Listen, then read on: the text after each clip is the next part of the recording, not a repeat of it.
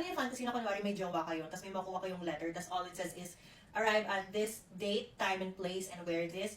Don't think of anything else. Everything's covered. Just bring yourself. Well, nangyari yan sa akin. But it's not from a man. It's from rich boys. Girl, I'm going to... Cute na to so much for the beach. And this duffel bag is siguro for travel. Let's start with this cute little bag. Here are a bunch of bikinis. Redemption year ako. Alam niyo ba guys, dapat sasama ko sa kanila last year sa Boracay. Kaso final season ko, so hindi ako nakasama. Ang nakakasama pa ng loob nun is yung araw ng flight, like yung week na yun, girl, nag-cancel din ng klase yung mga prof ko. So, I could have been there. This is the first bikini. So, this is a red set. And this is the little bra. Ang cute naman ito with, kunyari ito, di ba?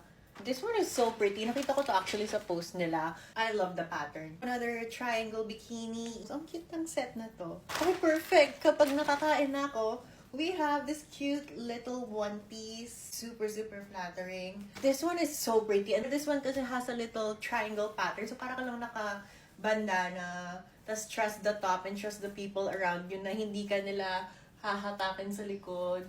This is pretty. I need my chair for this one kasi ang bigat niya. Wow. Girl, ang dami. Sabi talaga nila, hindi mo na kailangan gumamit ng brain cells. Styling. First off, they gave me 2 caps. Even towels. Day 1, probably airport outfit. Pants. And then, itong shirt. Though, tingnan nyo. Kaiba siya ng color sa harap. Meron ding baby tee version. My day 2 outfit is the one piece along with itong striped. Wow. Ay, ang ganda na ito.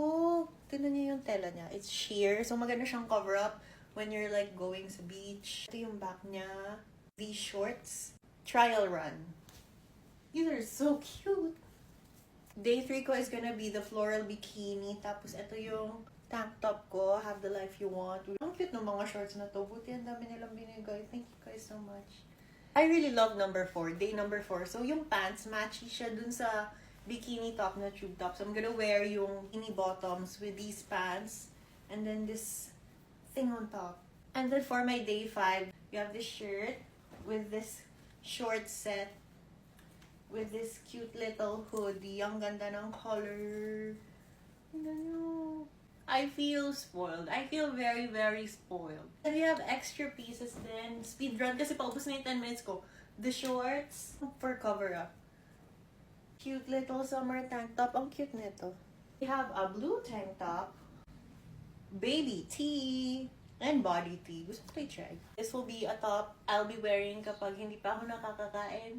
Kasi she is so baby tee. This with a bikini inside.